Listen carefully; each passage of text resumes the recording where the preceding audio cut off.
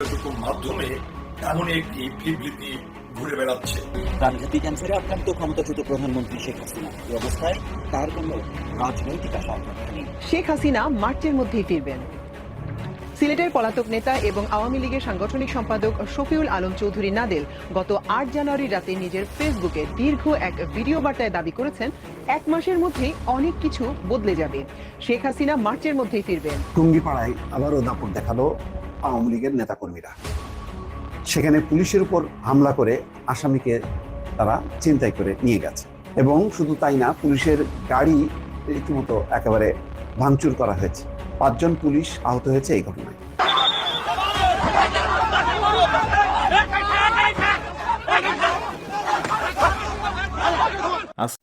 আসসালামু আলাইকুম দর্শক, নতুন একটা সংবাদে আপনাদের আবারও স্বাগত। প্রিয় দর্শক, বর্তমান বাংলাদেশে যে রাজনৈতিক অবস্থা এবং যে প্রেক্ষাপট তৈরি হয়েছে তারই আলোকে একটা ভিডিও নিয়ে আপনাদের সামনে হাজির হয়েছি। দর্শক, ভিডিও শুরুটা দেখে হয়তো বুঝতে পেরেছেন আজকের খবরটা কতটা গুরুত্বপূর্ণ হতে চলেছে। তো দর্শক, যারা ভিডিওটি অন করেছেন তারা না টেনে পুরো ভিডিওটি দেখতে থাকুন, তাহলেই মূল বিষয়টি বুঝতে পেরে যাবেন। আর যারা এখনও আমার চ্যানেলটি সাবস্ক্রাইব করেনি তারা দয়া করে আমার চ্যানেলটি সাবস্ক্রাইব করুন। তো দর্শক, বেশি কথা আর বলবো না, চলুন দেখে আসা যাক কি আছে আজকে আমাদের তাজা খবরে। চলুন। শেখ হাসিনা কোথায় আছেন, কেমন আছেন, সুস্থ আছেন নাকি অসুস্থ? সরাসরি তার সম্পর্কে কোনো রকম তথ্য ভারতের কোনো রকম মিডিয়া থেকে আসে না, টেলিভিশন মিডিয়া থেকে আসে না, ভিডিও কোনো বক্তব্য গত 6 মাসের কাছাকাছি সময় হয়েছে আমরা সরাসরি দেখিনি তাকে। তো এই যে তিনি পর্দার অন্তরালে আছেন অথবা পর্দার অন্তরালে তাকে রাখা হয়েছে, অনেকে বলেন যে ওনাকে টেকনিক্যালি কন্ট্রোল করছে, তার স্পিচ সেখান থেকে রেকর্ডেড। তিনি আপনার সর্বশেষ যুক্তরাজ্যে একটা প্রোগ্রামে বক্তব্য দিচ্ছিলেন, সেখানেও তিনি অডিও কলে আসছেন। তো নানান রিউমার আছে। এর মাঝখানে একটা গত 2 দিন যাবৎ খুবই ভাইরাল একটা নিউজ তৈরি হচ্ছে যে ভারতে এই মুহূর্তে ক্যান্সারে আক্রান্ত হয়ে গেছেন শেখ হাসিনা এবং ভারত সরকার খুবই গোপনে বিশেষ টিম দ্বারা শেখ হাসিনার ক্যান্সারের চিকিৎসা করছেন। আর বোনের এই অন্তিম সময়ে তাকে ছেড়ে যেতে চাইছেন না শেখ রেহানা, সেখানেই তিনি আছেন। এখন এই যে খবরটার সত্য মিথ্যা নিয়ে যে ন্যারেটিভ তৈরি হয়েছে, এটা যখন সোশ্যাল মিডিয়া প্ল্যাটফর্মে আসছে, আওয়ামী লীগের অনেক নেতাকর্মী হতাশাগ্রস্ত হচ্ছেন যে সত্যি সত্যি কি তিনি ক্যান্সারে আক্রান্ত কিনা। এর আগে একবার একটা গুজব ছড়াইছিল, জামাতের একজন ইউটিউবার তিনি বলছিলেন শেখ হাসিনা যুক্তরাজ্যে গোপনে ক্যান্সারের চিকিৎসা করছে। তো ওইখান থেকে আবার এটা অনেকের কাছে প্লাস মাইনাস হতো। তো আসুন দেখি মূল ঘটনা কি। যে প্রাণঘাতী ক্যান্সারে আক্রান্ত ক্ষমতাচ্যুত প্রধানমন্ত্রী শেখ হাসিনা, আর এই অবস্থায় তার রাজনৈতিক কোনো আশা আকাঙ্ক্ষা নেই। যতদিন বেঁচে থাকবেন রাজনীতি ছেড়ে পরকালের পাথেয় জোগাড় করতে চান তিনি। শেখ হাসিনার স্বাক্ষর করা এমন একটা বিবৃতি সামাজিক যোগাযোগ মাধ্যমে ঘুরছে। এবার সেই বিবৃতিটা নিয়ে আপনার ফেসবুকের যে ফ্যাক্ট চেকিং প্ল্যাটফর্ম আছে রিউমার স্ক্যানার, তারা বলছে যে গত 28শে জানুয়ারি নিজেদের অফিসিয়াল ফেসবুক পেজে অন্তর্বর্তী সরকারের বিরুদ্ধে যে রাজনৈতিক কর্মসূচি ঘোষণা করেছে আওয়ামী লীগ, তো সেইখানে আপনার তার একটা সম্মত সাইন করা কোনো কিছু বিবৃতি আসছিল। তো সেই বিবৃতিটারই কেউ লাইরা চাইরা কিউ কার্ড বানাইয়া একটা বিবৃতি প্রকাশ করছেন, যেটা যে তিনি ক্যান্সারে আক্রান্ত, এটা তিনি স্বেচ্ছায় স্বীকারোক্তি দিয়েছেন। বেসিক্যালি এটা হচ্ছে আপনার একটা গুজব। তো চিঠিটা কি ছিল পুরা? প্রিয় দেশবাসী, আপনারা নিশ্চয়ই অবগত আছেন যে আমি শারীরিকভাবে অত্যন্ত অসুস্থ, প্রাণঘাতী ক্যান্সার আমাকে তিলে তিলে মৃত্যুর দিকে ঠেলে দিচ্ছে। এমন অবস্থায় আমার কোনো প্রকার ক্ষমতা বা রাজনৈতিক উচ্চাভিলাষ নাই। আমি আজ স্পষ্ট জানাচ্ছি যে আওয়ামী লীগের ফেসবুক পেজ হ্যাক করে বিএনপি জামাতের লোকেরা বিভিন্ন উস্কানিমূলক প্রোপাগান্ডা ছড়িয়ে আওয়ামী লীগের নেতাকর্মীদের হরতাল, অবরোধ, জ্বালাও পোড়াও কর্মসূচির দিকে চালিত করছে, যা নিন্দনীয় এবং ঘৃণার। আমি বারবার বলছি, শান্তি চাই, পরকালের পাথেয় জোগাড় করতে চাই, দ্ব্যর্থহীন ভাষায় বলতে চাই আমি এখনও আওয়ামী লীগের সভানেত্রী, এবং এসব সন্ত্রাস, জ্বালাও পোড়াও কর্মসূচি এগুলোর সাথে আমার সম্পর্ক নেই। এমত অবস্থায় দেশবাসীর প্রতি আহ্বান, এই দুর্বৃত্ত আগুন সন্ত্রাসীদের বিরুদ্ধে গণপ্রতিরোধ তুলুন এবং আইনশৃঙ্খলা রক্ষা বাহিনীর হাতে তুলে দিন। জয় বাংলা, জয় বঙ্গবন্ধু।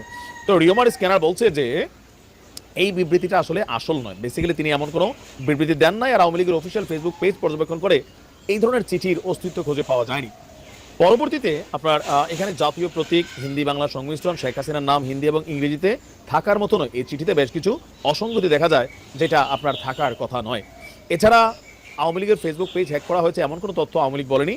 আর দিন শেষে এই যে গুজববাজ সব দলে আছে, এক একজনের মতন গুজব ছড়ান, যে যারে গুজব ছড়ায় আসলে শান্তি পায়, ওই অবস্থা আর কি। তো আওয়ামী লীগের নেতাকর্মীরা অনেকেই যারা হতাশাগ্রস্ত হয়েছেন যে তিনি মারা যাবেন, আবার অনেকে খুশি হয়েছেন যে ঠিক আছে পৃথিবী আওয়ামী লীগ মুক্ত হচ্ছে, বিষয়টা এরকম না, সুস্থ আছেন, আর এই বয়সে বার্ধক্যজনিত অসুস্থতা সামান্য থাকতেই পারে, সবারই আছে। তার মানে এই খবরগুলা গুজব। টুঙ্গিপাড়ায় আবারও দাপট দেখালো আওয়ামী লীগের নেতাকর্মীরা। সেখানে পুলিশের উপর হামলা করে আসামিকে তারা ছিনতাই করে নিয়ে গেছে। এবং শুধু তাই না, পুলিশের গাড়ি রীতিমতো একেবারে ভাঙচুর করা হয়েছে। 5 জন পুলিশ আহত হয়েছে এই ঘটনায়। গোপালগঞ্জের টুঙ্গিপাড়ায় লিফলেট বিতরণকালে আওয়ামী লীগের এক কর্মীকে আটক করলে পুলিশের উপর হামলা করে দলটির নেতাকর্মীরা। রবিবার সন্ধ্যা 7টার দিকে টুঙ্গিপাড়া উপজেলা সদরে খান সাহেব শেখ মোশাররফ হোসেন স্কুল অ্যান্ড কলেজের সামনে এই ঘটনা ঘটে। এ সময় 5 পুলিশ সদস্য আহত হয়েছেন।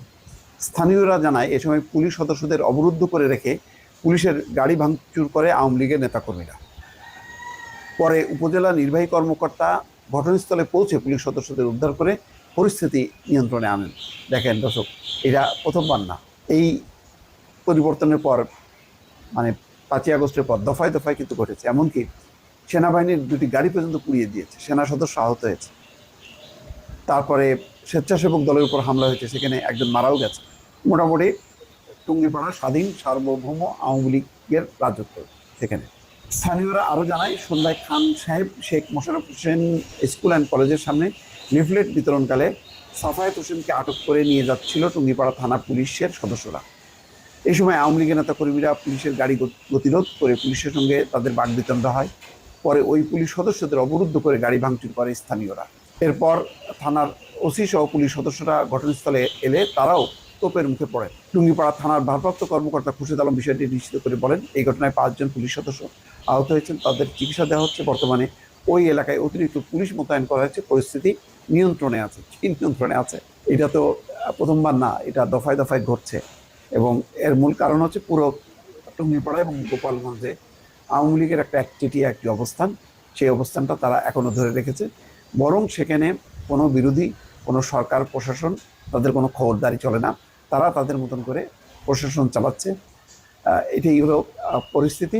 এই পরিস্থিতির কারণে সেখানে বিএনপি নেতা কর্মীরা পর্যন্ত টিকতে পারছে না। এই অবস্থাটা মনে হচ্ছে যেন অনেকটা সেই যে ওইটা গোপালগঞ্জ মানেই হচ্ছে আওয়ামী লীগের রাজত্ব, আর সেই রাজত্বের রাজধানী হচ্ছে টুঙ্গিপাড়া। কারণ এখানে এখন পর্যন্ত প্রশাসন, পুলিশ বা অন্য কোনো দল এখনো কিন্তু প্রবেশ করতে পারেনি। দর্শক, শেখ হাসিনা মার্চের মধ্যেই ফিরবেন।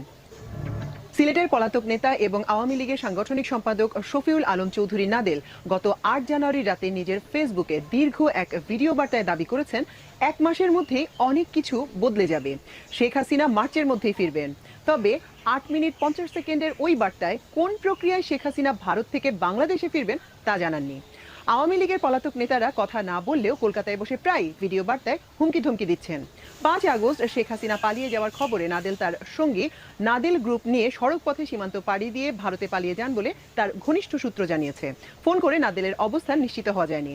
সেখানে বসে ফেসবুক আইডি থেকে ভিডিও বার্তায় নিষিদ্ধ ঘোষিত ছাত্রলীগের ক্যাডার ও অনুসারীদের উস্কে দিয়ে দেশে অরাজকতা চালানোর পায়তারা করছেন তিনি। আমাদের এর পরের খবরটি শিরোনাম, শাহজাহান খানের অ্যাকাউন্টে 86 কোটি টাকার সন্দেহজনক লেনদেন। সাবেক নৌমন্ত্রী শাহজাহান খান ও তার পরিবারের বিরুদ্ধে 25 কোটি টাকার অবৈধ সম্পদ অর্জনের অভিযোগে পৃথক 3টি মামলা অনুমোদন দিয়েছে দুর্নীতি দমন কমিশন। গতকাল রোববার সংস্থাটির প্রধান কার্যালয়ে দুদকের মহাপরিচালক মোহাম্মদ আক্তার হোসেন সাংবাদিকদের এ তথ্য জানান। অনুমোদিত মামলায় শাহজাহান খানের বিরুদ্ধে 11 কোটি 36 লাখ টাকার বেশি অবৈধ সম্পদ অর্জন ও তার ব্যাংক হিসাবে 86 কোটি 69 লাখ টাকা সন্দেহজনক লেনদেনের অভিযোগ আনা হয়েছে। তার স্ত্রী সৈয়দা রোকেয়া বেগমের বিরুদ্ধে 4 কোটি 47 লাখ টাকার অবৈধ সম্পদ অর্জনের অভিযোগে দ্বিতীয় মামলা এবং তৃতীয় মামলায় তাদের ছেলে আনিসুর রহমানের বিরুদ্ধে 9 কোটি 89 লাখ টাকার অবৈধ সম্পদ অর্জনের অভিযোগ আনা হয়। পরের খবরটির শিরোনাম, ভোটার তালিকা হালনাগাদ, শনিবার পর্যন্ত ফর্ম পূরণ করেছেন 33 লাখের বেশি ভোটার। ভোটার তালিকা হালনাগাদ করছে নির্বাচন কমিশন। 1 ফেব্রুয়ারি পর্যন্ত রাজধানী সহ সারা দেশে 33 লাখ মানুষ ফর্ম পূরণ করেছেন। ইসির কাঙ্ক্ষিত টার্গেটেরও অর্ধেক ফর্ম পূরণ করেছে ভোটার যোগ্য নাগরিকরা। বহু নাগরিক এখনো তালিকার বাইরে রয়ে গেছেন।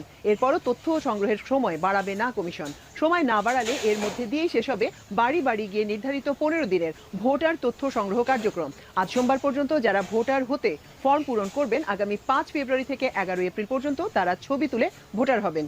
ইসি বলছে, বাদ পড়া নাগরিকরা ছবি তোলার জন্য কেন্দ্রে গিয়ে উপস্থিত হয়ে তাৎক্ষণিক ফর্ম পূরণ করে ভোটার হতে পারবেন। তবে ভোটার হওয়া চলমান প্রক্রিয়া বলে জানিয়েছে ইসি। টিউলিপের বিরুদ্ধে তদন্ত শুরু, গোপনে ঢাকা ঘুরে গেলেন ব্রিটেনের এফবিআই খ্যাত এনসিএ। ব্রিটেনের এফবিআই খ্যাত ন্যাশনাল ক্রাইম এজেন্সি তদন্ত শুরু করেছে দেশটির ক্ষমতাসীন লেবার পার্টির সাবেক মন্ত্রী টিউলিপ সিদ্দিকের বিরুদ্ধে।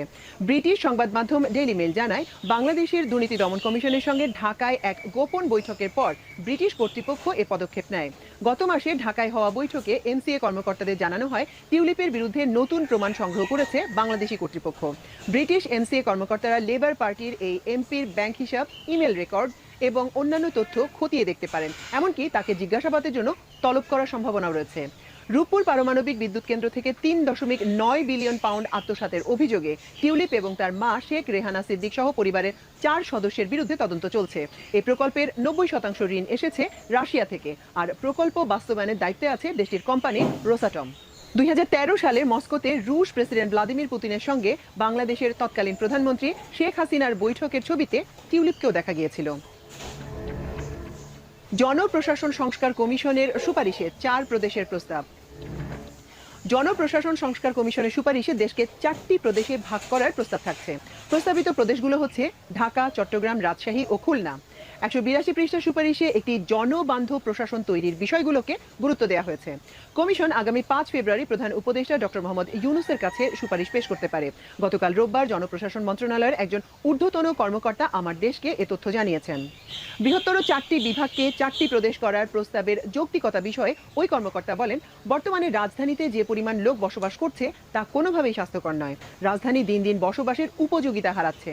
রাজধানীর উপর থেকে চাপ কমার বিষয়গুলো উল্লেখ করে সংস্কার কমিশন এই প্রস্তাব তৈরি করেছে। ডক্টর মোহাম্মদ ইউনূস যেমন ঠান্ডা তেমন গরম। যখন উনি গরম হবে তখন থেরাপি কিন্তু উপরে নিচে দুটো দিক থেকে চলবে, এবং আওয়ামী লীগকে মনে হয় উপর এবং নিচের থেকে থেরাপি দেওয়ার সময় হয়ে গিয়েছে। যে কোনো সময় আওয়ামী লীগের উপরে থেরাপি শুরু হয়ে যাবে দেশব্যাপী, আমার কাছে মনে হচ্ছে। আজকে পাবনা যেভাবে ছিনিয়ে নিয়েছে এক আওয়ামী লীগ নেতাকে, সেটা দেখার পরে আমার তাই মনে হচ্ছে যে ডক্টর মোহাম্মদ ইউনূসের ধৈর্যের বাঁধ আজকেই মনে হয় শেষ হয়ে যাবে, আর মনে হয় ওনারা ধৈর্যের বাঁধ থাকবে না। যে কোনো সময় আওয়ামী লীগকে ঢালাও ভাবে গ্রেফতারের নির্দেশনা আসবে বলেই আমি মনে করছি, আর সেটাই হবে এদের পাওনা। এদের পাওয়ার এখন একমাত্র জিনিসই হলো মলম দিতে হবে, কররা মলম। কররা মলমের মাধ্যমে আওয়ামী লীগকে ঠিক করতে হবে। এই ঠান্ডা মাথায় ভদ্র ভাষায় আওয়ামী লীগ বুঝে না এবং বুঝবে না। ভদ্র ভাষা আওয়ামী লীগকে চালানো যাবে না। আসসালামু আলাইকুম ওয়া রাহমাতুল্লাহি ওয়া বারাকাতুহু। প্রিয় দর্শক, উলুর যখন পাখা উঠে তখন নাকি আগুনে পুড়ে মারা যায়। পাবনায় আজকে পুলিশের গাড়ি থেকে ছিনিয়ে নিয়েছে আওয়ামী লীগের এক নেতাকে। পাবনা আওয়ামী লীগের নেতারা পুলিশের গাড়ি থেকে জোর করে পুলিশ থেকে ছিনিয়ে নিয়েছে তাদের নেতাকে। এই অবস্থাটা আমরা দেখলাম আজকে পাবনাতে। এই অবস্থাটা আমরা আর কতদিন দেখব? আমার মনে হচ্ছে যে এটার একটা দেখার শেষ সীমা বা সময়সীমা শেষ হয়েছে। এখন যে কোনো সময় তাদেরকে এই জায়গা থেকে গরম থেরাপি কিছু দিতে হবে। গরম থেরাপি মনে হয় আওয়ামী লীগ এখন সারা দেশব্যাপী পাবে, কারণ পাওয়ার জন্যই এটা একটা শুধুমাত্র সিমটম হয়েছে। কারণ আমাদের পুলিশ বাহিনী যদি হেরে যায় তাহলে আমাদের সরকার হেরে যাবে, আর আমাদের ডক্টর মোহাম্মদ ইউনূসের সরকার হেরে যাওয়া সরকার না। ডক্টর মোহাম্মদ ইউনূসের সরকারকে চিনতে হলে, জানতে হলে, বুঝতে হলে আরেকটু সময় লাগবে আমাদেরকে। কথা আছে যেমন কুকুর তেমন মুগুর। আওয়ামী লীগকে মুগুর ছাড়া আপনারা ঠিক করতে পারবেন না। আওয়ামী লীগ এমন একটি দল, এমন একটি রাজনৈতিক দল যারা লগি পয়সা দিয়ে মানুষ হত্যা করে বাংলাদেশে নৃত্য করেছিলেন, এবং তারা বিভিন্ন সময় সন্ত্রাসী কার্যক্রম করে তারা কিন্তু বাংলাদেশে রেকর্ড করেছে। এত বড় একটি সন্ত্রাসী দলকে আবার যারা বাঁচানোর জন্য এখন ওকালতি করবে, তাদেরকে আজকে দেখায় দেওয়া হবে পাবনায় কিভাবে গাড়ি থেকে, পুলিশের গাড়ি থেকে আওয়ামী লীগ নেতাকে ছিনিয়ে নিয়েছে। ছিনতাইকারীরা যেরকম পরে আজকে পুলিশ আওয়ামী লীগের কবলে সেভাবে পড়েছিল, কিন্তু সেই আওয়ামী লীগকে রক্ষা করার জন্য কেউ গেলে তাদের কিন্তু উপায় থাকবে না বাংলার মাটিতে। বাংলার মাটিতে আওয়ামী লীগের পক্ষে উকালতি করতে গেলে আদালতে পর্যন্ত প্যান্ট খুলে রাখা হবে। আদালতে প্যান্ট খুলে জাইঙ্গা পরে ছেড়ে দিতে হবে আওয়ামী লীগের পক্ষে কেউ উকালতি করতে গেলে। আদালতে উকালতি বন্ধ করে দিতে হবে। বাংলার মাটিতে আওয়ামী লীগের পক্ষে কোনো উকালতি চলবে না। আওয়ামী লীগ বিনা উকিলে তাদেরকে শাস্তির আওতায় আনতে হবে। সকলে ঐক্যমত হতে হবে। আওয়ামী লীগকে শাস্তি দেওয়ার বেলায় কেউ আওয়ামী লীগের প্রতি প্রেম ভালোবাসা দেখাতে পারবে না। প্রেম ভালোবাসা যদি দেখান তাহলে আপনাদের ঘরের বউ তারা টেনে নিয়ে যাবে, আপনাদের মেয়েদেরকে তারা টেনে নিয়ে যাবে। 24-এর আন্দোলনে আপনাদের মেয়েদের উপরে তারা কি নির্যাতন করেছে ভুলে গিয়েছেন আপনারা ভুলে গিয়েছেন? আপনাদের মেয়েরা যখন বিশ্ববিদ্যালয়ে পড়তো তাদের উপরে কিভাবে ঝাঁপিয়ে পড়েছিল আওয়ামী লীগ? আমার মনে হয় ভুলে যান নাই। তাই ভুলে না গেলে তাই আজকে সিদ্ধান্ত নিতে হবে আওয়ামী লীগকে কিছুতেই কোনোভাবেই কেউ ছাড় দেব না। এদিকে বাস ফেলে আবারও মহাখালী গুলশান রোড অবরোধ তিতুমির শিক্ষার্থীদের।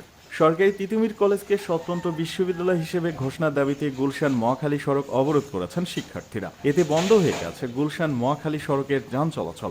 আজ সোমবার দুপুর 12:30টায় তিতুমির কলেজের সামনের সড়কের তো দর্শক, কেমন লাগলো আজকের ভিডিওটি, খবরটি কমেন্টে অবশ্যই জানাবেন। আর দেখা হবে নতুন কোনো ভিডিওতে, নতুন কোনো খবরে। সে পর্যন্ত সবাই ভালো থাকবেন, সুস্থ থাকবেন এই কামনা করি। আজকের মতো এই পর্যন্তই। আল্লাহ হাফেজ।